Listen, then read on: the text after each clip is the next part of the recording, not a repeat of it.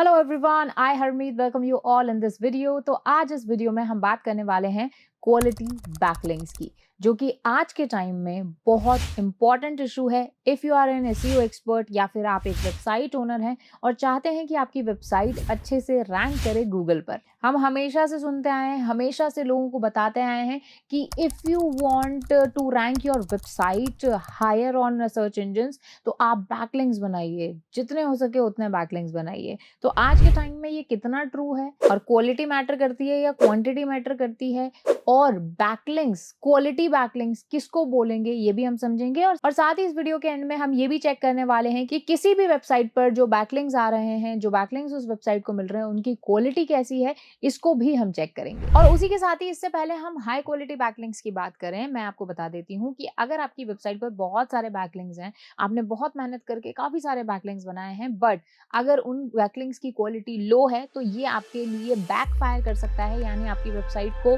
Up rank करने की बजाय वो डी रैंक कर देगा। तो इस चीज का हमें ध्यान रखना है कि जो भी हम बैकलिंक्स बनाएं वो क्वालिटी बैकलिंक्स हो। तो चलिए अब बात करते हैं कि आखिर हाई क्वालिटी बैकलिंक्स होते क्या है। So guys, I hope you are enjoying the video. लेकिन इससे पहले एक इंपॉर्टेंट चीज, अगर आप डिजिटल मार्केटिंग की इस डायनेमिक फील्ड में अपना करियर बनाना चाहते हैं या अपने करियर को और भी ज्यादा स्ट्रॉन्ग करना चाहते हैं, तो अभी ज्वाइन करें WS क्यूब टेक का online and offline practical digital marketing advanced batch. चलिए वीडियो कंटिन्यू करते हैं।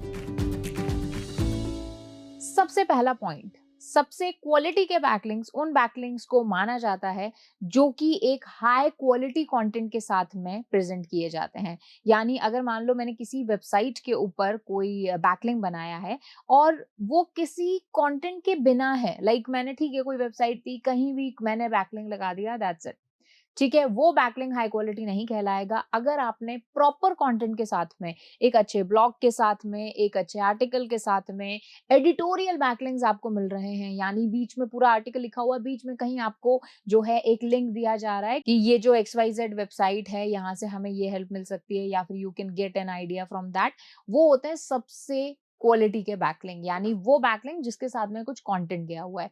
अब यहाँ पर एक चीज समझना कि हम जब भी बैकलिंक्स बनाते हैं तो काफ़ी सारी स्ट्रैटेजीज़ हम फॉलो करते हैं। हम social bookmarking, image submission, infographic submission, guest posting, blog posting, article posting, इतनी सारी चीज़ें करते हैं। अब इसमें से सबसे ज़्यादा मेहनत कंटेंट जनरेट करने में जिस भी आपको टेक्नीक में लग रही है, वो उतना ही हाई क्वालिटी जो है बैकलिंक होगा। यानी जैसे मान लो गेस्ट पोस्टिंग, अब गेस्ट पोस्टिंग में हमें काफ़ी अच्छा ब्लॉग लिखना पड़ता है, रिलेवेंट ब्लॉग लिखना पड़ता है, फिर उसको सबमिट करना पड़ता है, फिर वहां पर हम रेफरेंस का जो है लिंक डाल सकते हैं। तो अब जितना ज्यादा आप कंटेंट अच्छा दे रहे हो, जितनी ज्यादा मेहनत आपको किसी बैकलिंक को जनरेट करने में लग रही है, उतना ज्यादा वो बैकलिंक जो है हमारे लिए हाई क्वालिटी कहलाएगा। कुछ एग्जांपल देख लेते हैं इसके। ओके, जैसे कि ये एक एग्जांपल लेते हैं, ये गूगल की ही वेबसाइट है, दैट इज developers.google.com। और इस वेबसाइट, इस वेब पेज के अंदर आप देखोगे तो यहाँ पर गूगल ने अपनी जो एक नई अपडेट आई थी उसके बारे में बताया हुआ है। और यहाँ पर लास्ट में अगर आप थोड़ा फोकस करोगे तो गूगल ने देखो कुछ इस तरह से रेफरेंस दिया हुआ है, that is here are a few articles written by third parties who share how they have used the guidelines and advice to follow. अब यहाँ पर आप देखोगे, यहाँ पर करीब 5-6 जो वेबसाइट्स हैं, वेब पेजेस हैं, उनके लिंक है। अगर मैं इन पेजेस को ओपन करती हूँ तो आप ये देखोगे कि ये किसी और वेबसाइट के लिंक्स हैं, यानी गूगल ने इनको क्या दिया हुआ है, रेफरेंस दिया हुआ है। अब क्यों दिया है गूगल ने reference? Because they are high quality content. जो इन्होंने कंटेंट लिखा है वो काफी ज्यादा हाई क्वालिटी है, काफी ज्यादा जो है डिटेल में ये कंटेंट है, इसीलिए गूगल ने इनको क्या दिया हुआ है, रेफरेंस दिया हुआ है। अब इस तरह के जो बैकलिंक्स हैं, आप मुझे बताइए ये हाई क्वालिटी है या नहीं है? कॉमन सेंस लगाइए। Of course they are high quality. Why? Because they contents बहुत ही अच्छा कंटेंट, इसलिए खुद आप सोचो गूगल ने इनको कंटेंट दिया है। उसी तरीके से अब ऑब्वियसली बात है, गूगल ने रैंडमली जो है ये पिक किया है, ओके। और गूगल ने यहाँ पर एक चीज भी लिखी हुई है कि links to the articles are not endorsed by any company, we simply found the article themself to be helpful starting from those who want to conceptualise. मतलब ये बोल रहे हैं, गूगल बोल रहा है कि हमने खुद ने ही इन आर्टिकल्स को देखा और हमें काफी यूजफुल लगे, इसलिए हमने आपके साथ लिंक शेयर किया है, ओके। अच्छा, अभी जब मान लो आपकी वेबसाइट है तो आप क्या करोगे हाई क्वालिटी कंटेंट के लिए? तो इसमें बेसिक सी चीज है जो आपको ध्यान रखनी है, जब भी आप बैकलिंक बना रहे हो, मेक श्योर करो आपकी वेबसाइट से रिलेटेड कंटेंट, आपके सेम निश का कंटेंट किसी वेबसाइट पर आप पोस्ट करो, अच्छी वेबसाइट पर, और वहां पर बैकलिंक लगाओ। ऐसा नहीं कि भाई बैकलिंक लगाना है वो हमारा गोल है, no. You have to provide some high quality content, then you should apply backlink, तभी वो बहुत ज्यादा काम का होगा। उसी के साथ में always have backlinks from relevant sites. अगर आप ऐसी साइट से बैकलिंक ले रहे हो जो कि आपके निश से इररिलेवेंट है, काम की नहीं है हमारे, तो उस केस में वो हमारा एक लो क्वालिटी बैकलिंक कहलाया जाएगा। उसको हम लो क्वालिटी बैकलिंक बोलेंगे और वो हमारे लिए बहुत ज्यादा हार्मफुल है। तो इसीलिए जब भी आप किसी वेबसाइट को सर्च कर रहे हो या वेबसाइट को ढूंढ रहे हो, इवन जैसे कई लोग जो हैं एक्सपायर्ड डोमेन्स भी लेकर और बैकलिंक्स जो है बनाते हैं, तो एक्सपायर्ड डोमेन भी आप ले रहे हो अगर, तो मेक श्योर करो वो जो एक्सपायर्ड डोमेन है वो भी आपके सेम निश का हो। अगर मान लो मेरी फैशन रिलेटेड वेबसाइट है, तो मैंने मान लो कोई एक्सपायर्ड डोमेन लिया है जिस पर मैं वेबसाइट बना के और ट्रैफिक को डाइवर्ट करूंगी, तो वो एक्सपायर्ड डोमेन भी क्या होना चाहिए, फैशन इंडस्ट्री से रिलेटेड ही होना चाहिए। तो अगर आपकी वेबसाइट जिन पर आप बैकलिंक बना रहे हो इररिलेवेंट है, तो ये हमारी वेबसाइट को बहुत नुकसान दे सकती है। नाउ थर्ड चीज, this is not about backlink, but ये रिलेटेड है ऑफ पेज से रिलेटेड। अभी हमें क्या लगता है ऑफ पेज का मतलब बैकलिंक्स बनाना, बट ऐसा नहीं है। जब भी हम एक वेबसाइट को ऑफ पेज एसईओ करते हैं, it is not necessary that उसमें हम बैकलिंक्स ही बनाएं। बैकलिंक्स ठीक है, एक स्मॉल पार्ट हो गया, लेकिन उसके अलावा भी कई सारी चीजें मैटर करती हैं, जैसे कि आपके सोशल सिग्नल्स।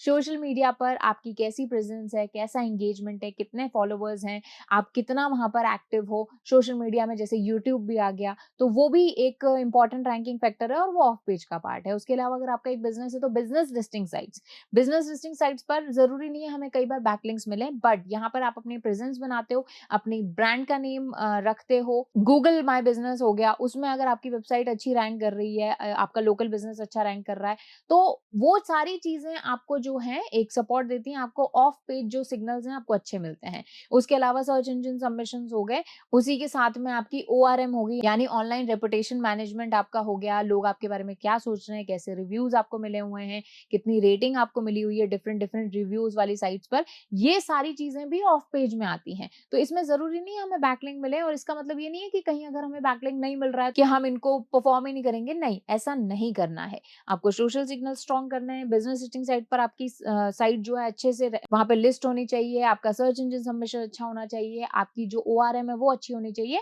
तो हो सकता है कई बार कि आपको बैकलिंक भी बनाने की जरूरत ना पड़े। ठीक है, आई हैव सीन वेबसाइट जिनके बहुत कम बैकलिंक होते हैं, but still they rank higher, they perform better than any other site. Why? Because उनको ऑफ पेज ओवरऑल स्ट्रॉन्ग होता है। तो इन चीजों का भी आपको ध्यान रखना है।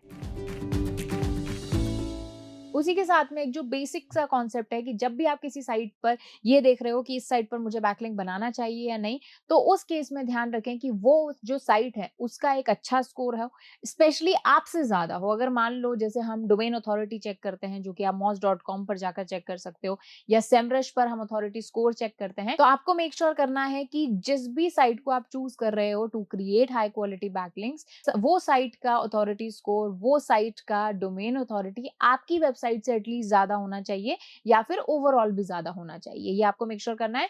और नेक्स्ट चीज जो आई थिंक सबसे इंपॉर्टेंट है, दैट इज स्पैम स्कोर। आपको जरूर ये चेक करना है कि जिस भी साइट पर आप बैकलिंक बना रहे हो उसका स्पैम स्कोर कितना है। अब जैसे मेरे लिए, मतलब मैं एक स्टैंडर्ड सभी लोगों को बताती हूँ, दैट इज 10%। अगर जिस वेबसाइट पर आप बैकलिंक बना रहे हो उस पर अच्छा खासा ट्रैफिक है, तो आप 10% जो है एक लिमिट रख सकते हो, यानी 10% से अगर ज्यादा स्पैम स्कोर जाता है तो मैं इस पर बैकलिंक नहीं बनाऊंगा। 10% से कम है तो ही आप इस पर बैकलिंक बनाएंगे। हाँ, अगर कोई ऐसी वेबसाइट है जिस पर ट्रैफिक ही नहीं है बहुत ज्यादा, तो उस वेबसाइट पर आपको 5% ध्यान रखना है। चलो ठीक है, अगर किसी वेबसाइट पर ट्रैफिक बहुत ज्यादा है तो मैं 10% तक जा सकती हूँ, बट अगर किसी वेबसाइट पर ट्रैफिक ही नहीं है, स्पैम स्कोर भी बहुत ज्यादा है, तो क्यों हम बैकलिंक बनाएंगे उस पर? तो स्पैम स्कोर का आपको खास ध्यान रखना है।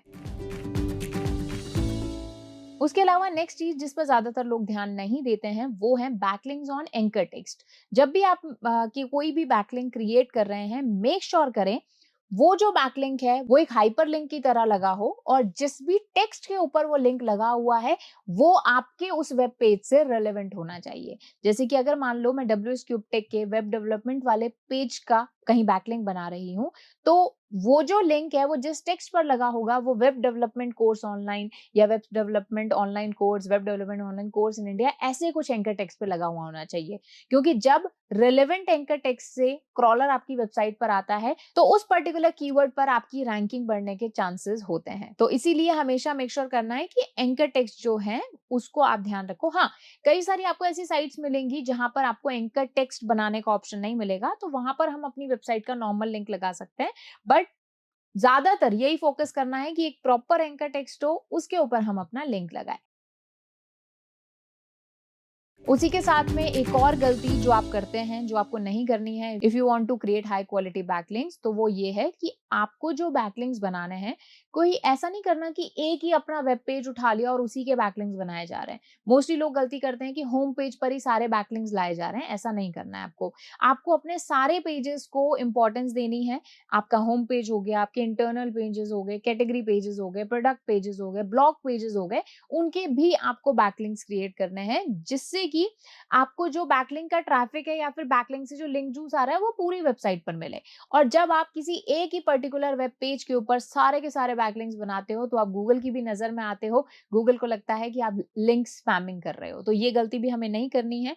सभी पेजेस पर फोकस करना है और उन्हीं पेजेस पर, सारे पेजेस पर बैकलिंक्स जो है क्रिएट करने हैं। उसी के साथ में नेक्स्ट चीज जो बैकलिंक से थोड़ी सी रिलेटेड है, दैट इज अगर आपकी वेबसाइट न्यू है, मतलब नई वेबसाइट है, तो एक ही साथ बहुत ही हाई क्वांटिटी में बैकलिंक्स बनाना शुरू मत कर देना। ऐसा नहीं है कि कल वेबसाइट लाइव हुई और पहले ही महीने में हम 100, 200, 300 बैकलिंक्स बना रहे हैं, नहीं।